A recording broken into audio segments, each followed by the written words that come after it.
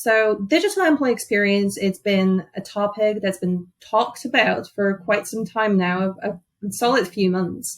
And it's really growing in importance, but very often it's seen like this big initiative, something that you really need to splash out on and dedicate a lot of resources to, but it doesn't have to be. It can be just like this thread that you incorporate into your daily operations that improves your daily IT ops and security efforts. And before we actually get going into laying those steps as how can you actually take that staggered approach to it, let's just look at the whole conflict. Like one of the things that we found in our DEX report towards mid last year was that almost 50% of C-level executives have actually requested bypassing security measures within the past 12 months. So, Chris, what are your thoughts on that?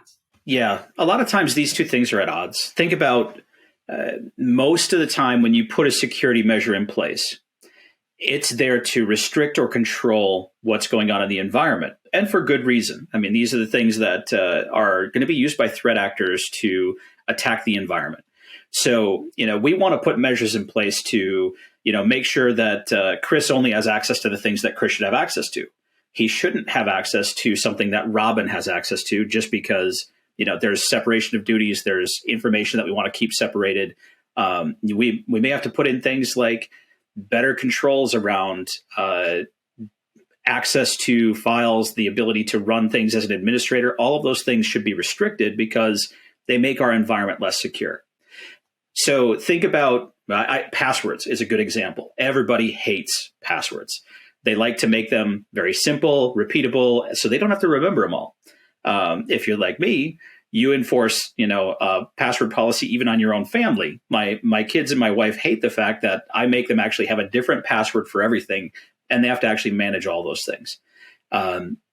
So oftentimes, putting tighter security measures in place makes the user experience more difficult.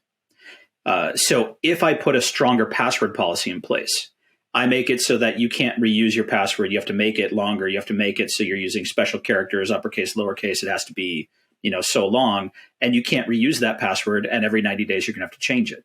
Well, that frustrates your users. So they're going to find ways to get around that. So the balance between, the user experience and how we're securing that experience absolutely has constant trade-offs.